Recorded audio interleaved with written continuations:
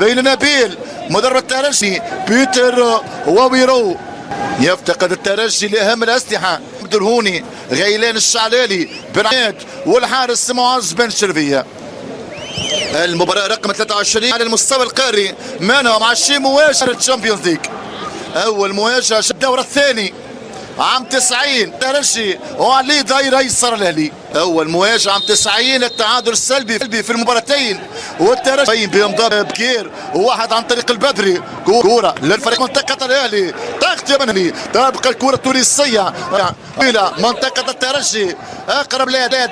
كوره في العمق، كنترول بن حموده، هو اللاعب بدون حضور الجماهير ولكن يحاول. لكن الفريق المصري اخر 3 مباريات في الشامبيونز ليج، اي كرويه كبيره، صاحب القاب مرعبه ونتائج باهره. كوره مصريه، بيرسي تاو يسدد والهضري يسجل ولد البافانا. بيرسي تاو يعلن عن المارد الاهلاوي.